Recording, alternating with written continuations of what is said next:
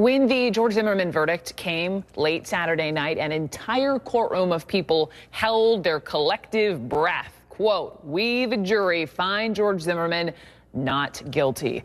A very calm Zimmerman shook the hands of his attorneys, and that was it. It was over.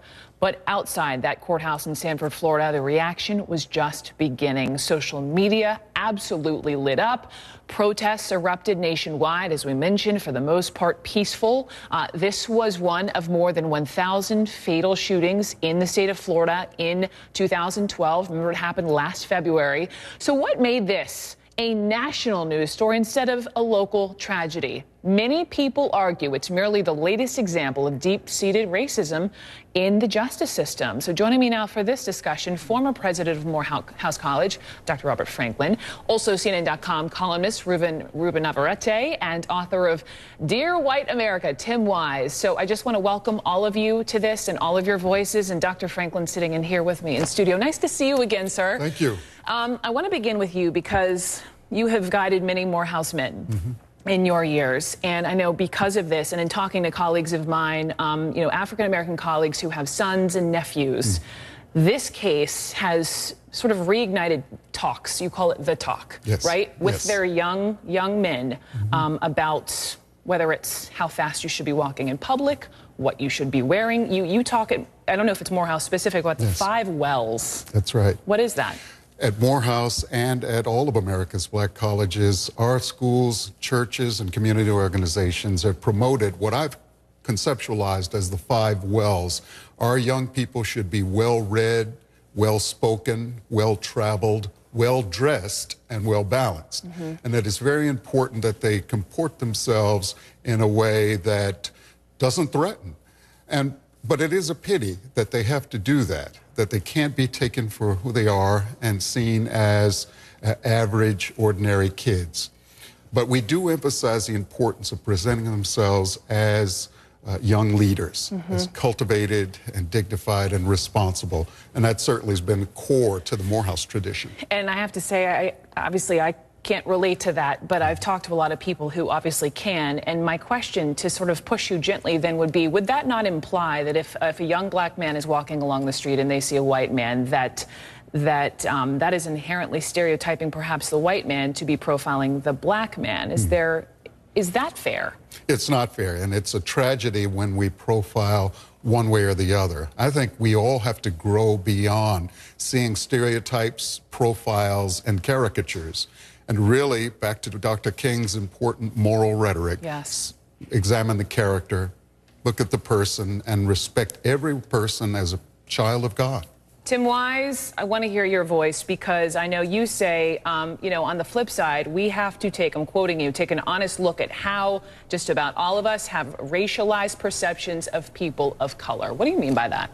Well, it would be easy to make this case and this issue of race all about George Zimmerman. But what the research tells us, sadly, is that the vast majority of us in this country have been socialized to have negative perceptions, stereotypical perceptions of people of color, especially black folks, especially black men, and we've got to deal with that. There was a study a few years back, for instance, which took white subjects, hooked us up to brain scan imaging machines, and then flashed images on a computer screen so quickly, subliminally, like 30 milliseconds, too fast for the conscious mind to react, but they were gauging the actual brain reaction to the image. Most of the images were neutral, like a tree, a blade of grass, a puppy dog, but when they showed a black male face for just 30 milliseconds, that part of the brain that lights up and responds to fear, anxiety, stress, lit up like a Christmas tree. What does that tell us? It tells us that even people who are not overtly racist have learned these subconscious biases. Unless we deal with that as a problem, how do we deal with it? This is to any of you.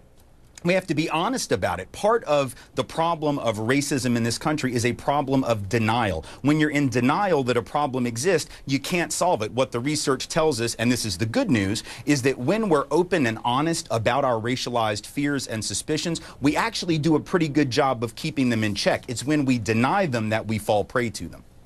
I think it's also important for white Americans to look at young black men and other black kids as if they're their own kids, and to humanize them in that way, because that empathy and compassion is the key to authentic citizenship. I think also, and Ruben, this is to you, because I know you're writing a column for CNN.com, and you're saying that, you agree with the president, who is basically saying, well, this is a tragedy. That's the word he used. Listen, the jury has spoken. Let's have this peace. But I want to play a quick soundbite. This is from Robert Zimmerman. He was speaking with us here at CNN, talking specifically about, had his brother's last name been, for lack of a more eloquent phrase, more Hispanic, this could have had a much different storyline. Roll the sound. Yo creo que sí. Yo creo que es en nuestro apellido Zimmerman. I think that our last name Zimmerman is a European last name. People have this association with being white. And when we call a person with the last name Zimmerman white, it is an easy accusation to make, because the visualization that people have is a white person. If he had the last name Lopez, Hernandez, Sanchez, calling someone like that white, even though that there are people like that who are white, it would not have the same effect and the same impact at the beginning. Ruben, do you agree? Yes. Yes, it's a very important point he's making. Nobody else has mentioned this in terms of the prejudice around the name Zimmerman. But let's think about how this began. At the very beginning, before we had any facts, before George Zimmerman was charged at all, there was this accusation that he was a racist. And his father, to try to, blunt that, did what most fathers would do. He tried to defend his son and said, no, my son can't be racist. He's Hispanic. He identifies himself as Hispanic. The problem with that is Hispanics can also be racist. The problem is African Americans can be racist against Hispanics. So that isn't an automatic disqualifier. That's not meant to immune him. But that was the way it began. And then the media, certain media outlets, took it and ran with it and created this hybrid term, a white Hispanic, which is absurd, ludicrous. A white Hispanic, a brown Hispanic, a beige Hispanic. So all of a sudden we're having that conversation. The media has been very much obviously a part of the problem because they haven't known what to do with George Zimmerman. They'd like to shove it into kind of a box of white and black. Well, I but think he's a lot not of also the there. public, Judge, because when we put up this mugshot of George Zimmerman, a lot of people jumped to the conclusion, just based upon his appearance, he's white.